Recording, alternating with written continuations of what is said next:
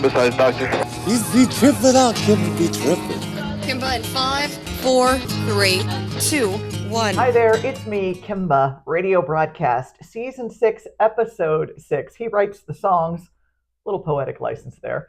My very special guest is multifaceted. He's a singer, he's a musician, a multi-instrumentalist, a producer, and he's a songwriter.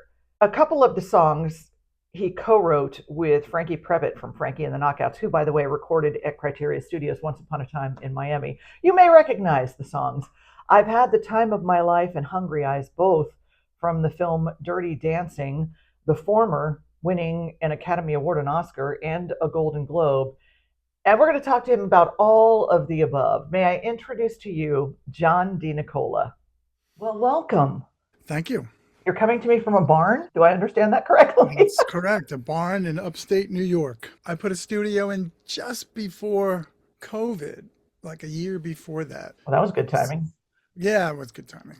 And I was thinking about you, what you do, what you've done, what you accomplished, and how in a sort of remaining anonymous to the masses, if you will, it reminded me of the documentary 20 Feet from Stardom, where the backup singers who are not only integral to the recording of songs, but also the live shows. Right. And it kind of reminded me of you that, you know, these songs are so famous and people know maybe the song, some people know the song and who sang them, but don't necessarily know that you helped to write it. And without you, the song wouldn't exist. And is that by design? Would you prefer to be that way?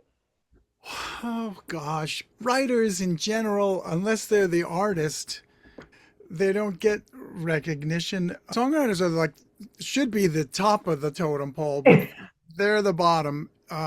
Even with payment, the songwriter makes next to nothing. The artist doesn't make that much either. Record label and Spotify, they make the money. I ask you that because you are super talented. You're a musician and you sing. And was there a reason that you went in the direction of the songwriting and not you have 3 solo albums, but the first one didn't come out till 2019. So I'm trying to get to, like, did you decide I'd rather write the songs? I never attempted to come out front. I mean, were you just shy and you didn't want to be fronting? Yeah, I don't really know. I can't answer that. I think, I was working with good singers all the time, and I always felt I was an okay singer. Well, maybe I was a little shy to come out front. I'm still get stage fright. I'm nervous when it's on me. I think that's probably why I have a 12-piece band with me when I do this show. It's not all on me. We started when I was in 9th grade, but my first paying experience was with a band called Sweetback out on Long Island. Actually, it was a 7-piece horn band. Rich Cannata came out of that and went into Billy Joel's band. And my last record is sort of dedicated to that time because Tim, our ace in the hole singer from that band when I was 20 years old, passed away. He was a close friend. We'd started since we were in 9th grade. And so I wrote the song King of His Own World, and then the whole record kind of followed. We were going to be signed as a band, Sweetback, back then, but we were kids and we didn't follow up. And so this felt to me like the album we never made that we should have made. The first record, which is the Why Because, the music business changed so much. I spent years as a writer trying to get covers and, people to do songs. And of course, the Dirty Dancing songs still are something. It was sort of futile to keep writing to try and get covers, partly because the music changed. It wasn't what I really wanted to do anymore. And so I had years of producing my demos. So my production chops got better and better. I started to do this song that was in a Sylvester Stallone movie sung by Steve Holy. It was called You're the Only One. And it was in the movie, but it never came out as a record anywhere. I recorded it thinking, well, maybe we can get it covered again because it's a really good song. put my voice on it, just thinking, well, maybe I can sell it myself. And And that's how it started. For that record, The Why Because, as an artist, that's The Why Because, brother-in-law actually did that drawing there. There's our, and that's the back of the barn. I looked in my repertoire to see if I had other songs like You're the Only One that I had written with other people in mind. So that first record was kind of mining my own back catalog. There's a song that I wrote with John Waite that's on here that John Waite recorded himself. I did my version of Hungry Eyes. I was going to leave The Time of My Life off just because it's impossible to cover. But then I just stripped it down to an acoustic guitar and French horn and did it that way, which kind of takes it out of the realm of the original. Lo and behold, it was the most fun I'd ever had. I wanted to ask you if you could, just for those who maybe aren't in the music business that don't know exactly what it is to be a producer, what it is to produce a record. Some producers just go, yeah, I like that. Yeah, I like that too. So the producer is just basically shaping sonically the sound of the album. When I'm working with other artists, I'm trying to get the essence of what they're trying to get across. I mean, that's my goal. That's the producer's goal. Kind of keep them on track and guide them to... Exactly. Out of the 15 or 30 songs that they have, you pick the 12 that you think are the ones that are going to be the best. You know, some songs are written better than other songs. How do you know that? How do you know what song's written better than another? That's just a talent that you have that not everybody has. And I don't know if you can even explain it. Well, you can't because it's so subjective. Yeah. I mean, well, that's in my opinion, that's really hard to put into words. I mean, when a section in a song goes to a certain place that is brilliant, you notice it. Songs are just, little things. Every little thing can turn a song to be great or not. It's such a marriage of a melody to a lyric. They have to somehow coalesce together. But that is the genius and the creativity of you. I asked you that because I've really never gotten an answer. I asked Ed from Collective Soul once, as I hear at Criteria, listening to them put music together. And I want to say it was the beginning of Heavy he was playing for me. And I said, how did you come up with that? And he said, oh, well, I took this. I go, no. How did you come up? You have that ability. That's exactly it. Yeah. That's the answer. You just hear it. Hungry Eyes, musically, I wrote in 20 minutes. The song played itself down quickly, musically. Sometimes they come quickly and easily. Sometimes you have to work a little bit.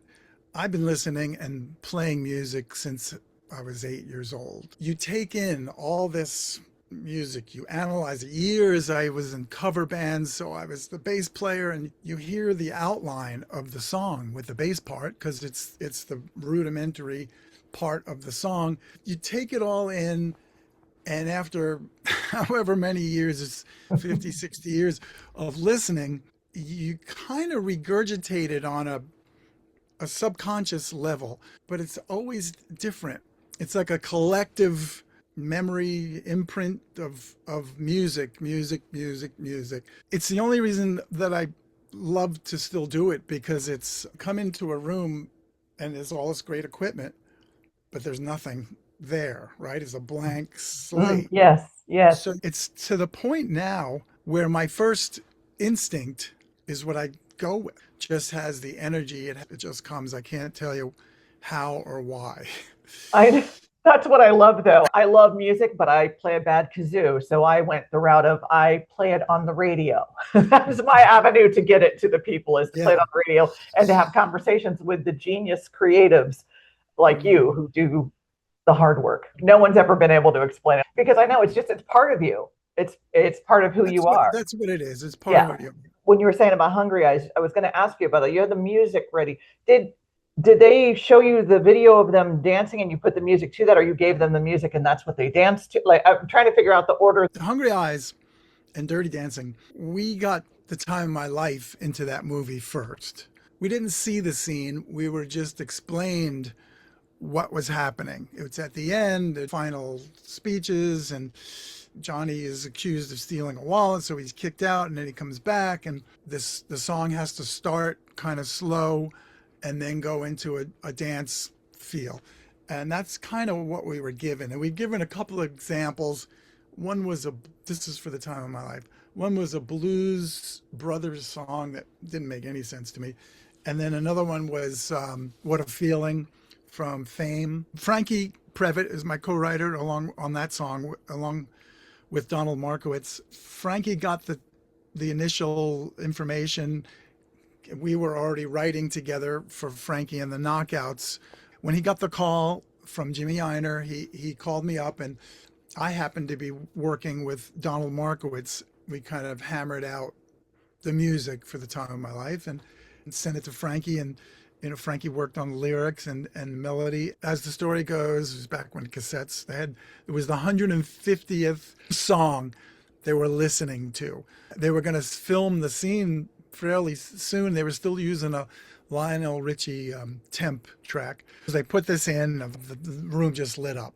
That's the song. And it was a little faster than what it ended up being. So that when they decided that was the song, they asked us to go back and slow it down. And, we fleshed it out a little further, but they gave us a beat per minute. After that was in the movie, they asked, do we have anything else? So we had already written Hungry Eyes for Franke and the Knockouts to try and get a record deal. We sent them Hungry Eyes. They showed us the scene where they ended up using, and she carries the watermelon. So they ended up using Love Man. So we had submitted Hungry Eyes for that scene. And they said, yeah, it doesn't really work here. But they said, but we think we have this other scene where it could work. And of course, that was the teaching scene with the three of them.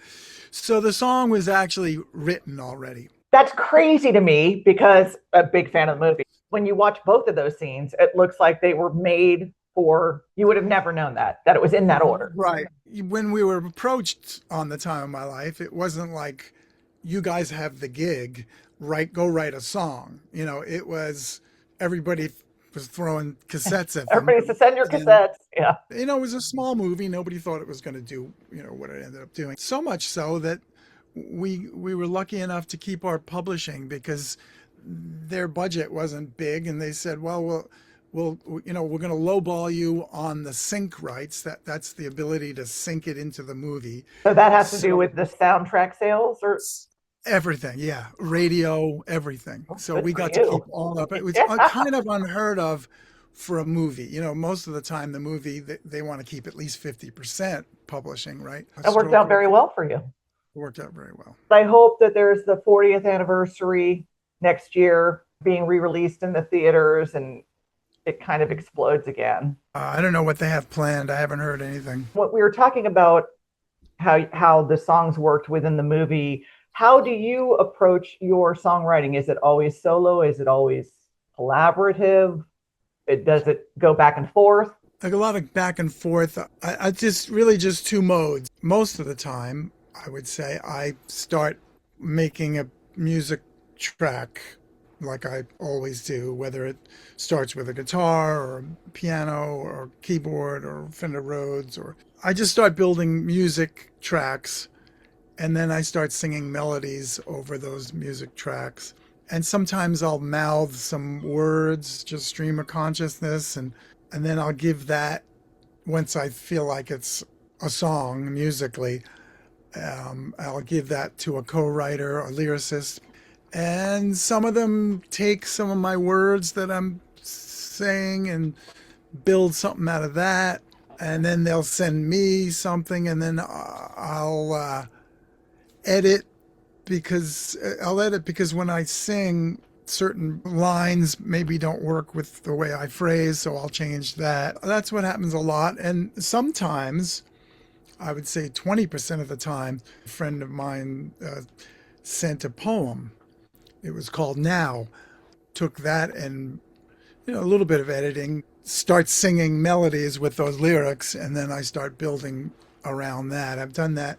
I used to do that kind of with Keith Reid, who wrote Whiter Shade of Pale. The lyric kind of defines where I go musically. You start with music first. A lot of the times it's music first, and I'll send that to a collaborator.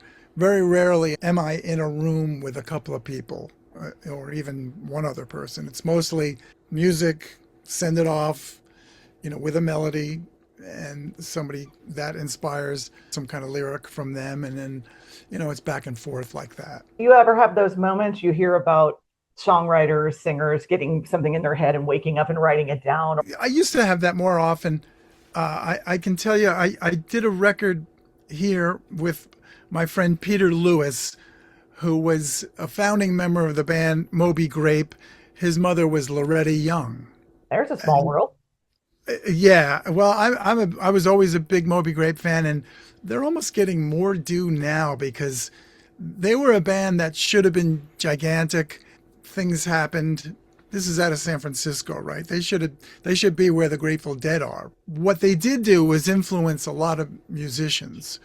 And I'm actually doing a documentary on Peter and his daughter Arwen, who we also did a record of Moby Grape songs with her singing them. It's a documentary on it because she came to him at age 22 and said, "Can you teach me how to write and sing and play?" And so that's what this documentary, it's kind of a family, him and his mother, his Moby Grape life. Multiple layers. And but it's a beautiful story. It's a father-daughter story that finishing it up, but we played it for some people and they don't have to be musical it's not like a Moby Grape documentary. It's a story that everybody can relate to. On the last record, which I co-wrote 5 songs with Peter, there was, I didn't write this one that I'm about to mention. He wrote a song called Frank Zappa's Ghost.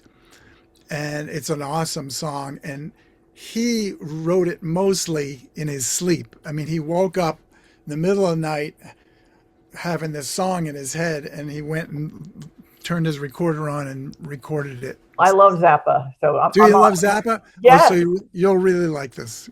When radio was different, I know you've been talking about how the music industry has changed. The radio went hold my beer, especially on the payment tier. My program director used to let us do, or me, I was the host of it. It was called Full Moon Frenzy with Frank Zappa. So once a month, I was able to play a bunch of Zappa songs. Oh, cool. And people actually set their calendars to it. Oh, that's much cool. beloved. Off this record, King of His Own World. This is me. This is my friend Tim that passed away, and this is my friend Kenny, we were in a band together since 7th grade. But King of His Own World was about Tim after he passed, and that was the impetus for this album. But that was one of the few songs where I wrote the lyrics and the music because it was personal. And that's where the title would come from, I presume. Don't Wait. Kind of a message. Exactly. And the lyrics in Don't Wait are about that. Yes. Do you have any more solo in the works? Yes, I was just working on something right now. I have a tendency to kind of jump around, as a theme for each record. She Said was my second record that was a little more synth and R&B stylistics. And then this one was, people have said it's a little Steely Dan-ish. Yeah. And this one is, there's a couple of things, the songs they're all in the same kind of vein, sort of reflective of the times, lyrically. And oh, what a time to be alive, John. Yeah, it's crazy. Crazy time. There's a couple of songs here on the next record. I wouldn't call them political. I get right up to the edge there, a little more obtuse. So I know there's a lot of very overtly political artists on any sides and all sides. If that's what they want to do, fine. I don't like the shut up and sing. Absolutely. And I've seen on social media, people will go after Tom Morello. I got to bring him up because what was funny is he doesn't even have to say anything. His fans will go, "Have you ever heard his band?" Right, exactly. You know where he's coming from. Are you shocked by this notion? Yeah. So, Right. And his whole upbringing, he's always talking about his mom and how she brought him into marches and whatnot. Now, obviously, Bruce is going at it, and God bless him. I mean, what does he care at this point? And a lot of people look at it as they want that to be their escape. And I'm like, well, the artist also needs their escape. Right. They can do whatever they want, right? I mean, that's the whole point. Right. It's always good when you can let your freak flag fly in any capacity, when you're able to be, and that's why I love what you do. I love the creativeness, the creative of music. And I'm always fascinated by the songwriting process, making an album Right. process that I've got to see a little bit of, and it just never ceases to amaze me. And just watching you every time you talk, you could see it's all very internal. It's just It you is. And that's what makes it hard to impart put on into other words. people. And that's why I just hold you all in such high regard and esteem because of that, because not everybody has that. You have it or you don't. It's not something, and I don't even know if it's something you could probably hone it and make it better, but I don't know that you can learn it. I think you have to have it. Oh, that's a good question. I definitely developed skills over the years. There's certain musicians I know that can. Steve Winwood could pick up any instrument, play it immediately, and sing as he sings. I've known other people like that. I was like a journeyman. I feel like I just kept honing my skills, but I've always had a love of it. I feel like I'm at the top of my game right now. I'm kind of a stream of consciousness. For instance, in Hungry Eyes, there are key changes in it that I know that now. I didn't know that when I was writing it. I just follow what I'm hearing.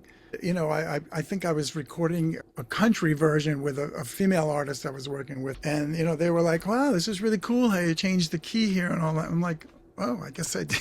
I guess I did. I guess I did. Yeah. I mean, I just hear it and I lay it down. And that's fun. It's a great feeling to walk in a room and have nothing and then have something that somebody can hear at some point and like or not like. I can tell by the songs that come out and by the way you talk about it. And I just want to go back. I know you were talking about when you had the band early on and you were almost going to get signed, because I interview a lot of bands. I had a local show at one time, South Florida, or Florida bands really. It's hard to explain to people why so many bands don't make it as talented as they are, and how it's just that, like, it could be anything, timing, interband turmoil. There's so many things that either make you make it or not. Well, it's funny that you're in Florida, because the label came to us. They said, "Do you have any originals?" And we had one or two songs, and they said, "Here, there's a song that you guys should learn and do a cover." It was spring break, and we were 21 years old. So where did we head? We drove straight down 24 hours and Fort Lauderdale. I can't remember which one. Well, if you remember, you weren't there, so there's that. Yeah. And when we got back, we kind of we just let it slip by. I worked with a band in the 90s. I actually just did a record with them here, a band called The Size, and they had a semi-hit, a song called Think About Soul in the 90s, and Charisma Records. And unfortunately, as the record came out, that one song did do well, but then Charisma folded into Virgin. And then Virgin was like, well, that's not our record, And it just, it was a dead record. And there are so many variables, that can end a career like that. They were a very talented band, and they were a little out of timing-wise. It was Nirvana and Pearl Jam. And so these guys were more like they would do better now. They were more like with the band out of Arizona, Hey Jealousy. Oh, Gin Blossoms. Gin Blossoms. All of these bands we're talking about, all of your album titles will all be in the description, because there's a podcast and a vodcast. So for people just listening, we'll make sure to write everything in the description. So you can go down a YouTube rabbit hole and have a good time listening to all your creations. I have a small record label, that boutique record label, OMAD Records, or 10 artists maybe. The label is getting ready to put out a Juliana Hatfield record that she did with this guy, Eric Payne, on LP, actually. They already released it. I love putting out vinyl, and I love making a tip-on jacket. If you know what that is, a lot of people don't. Most modern records are printed on cardboard, like printed right on the cardboard. The old tip-on jacket, all your old records are tip-ons. So it's it's cardboard, right? That cardboard that's wrapped the front, it's like a sticker that's wrapped around onto the back. Yes. And then this is another sticker that goes on the back. Gotcha. That's a tip-on jacket, and that's how all records were made up until recently. I have them. I did not know there was an official name for them. Yeah, there is. There was only one company, Stoughton Printing, out in LA, but now those others are doing it. I do tip-on CDs. It's just a quality. A little bit of authenticity to it. Yeah. I remember I finished this record, the last record, and I'm thinking, I don't know, do I have anything left in me to and then all of a sudden things come. The creativity never ends, I don't think. Oh, I don't want to sound cliche, but it's like, if I don't do it for a while, I think, what am I doing? It just feels really natural to be in here, and it's just getting stuff out, really. You have to do it. Musically, you just, it's like a drive. It's inside of you, and it has to come out. Whether people care or not is another story. You hope that they do. I'm having a good time. Well, I'm hoping that the next time Dirty Dancing comes on, or if they do have the big 40th anniversary soiree next year, whenever anybody watches it now, if they've watched this or heard this, now they can see it with different eyes and ears, really. Know the background of it, and know, and now if they've watched it, have a face to the songwriting, at least one of them anyway. One of them. Thank you so much. This has really been fantastic. Yeah, I really enjoyed talking to you. Yeah, it was. Thank you so much again. All right, bye-bye. Yeah, you too. Bye. That was a lot of fun. Thank you, John DeNicola, for sharing your talents with us. And again, I will put all of the band names and song titles and everything you need to know in the description of the podcast, so you can go down a creative juices rabbit hole. Thank you so much for being one of Kimba's Heard, and thanks for listening to me, Kimba, Radio Broadcast, Season 6, Episode 6, He Writes the Songs. Let's keep this on the radio.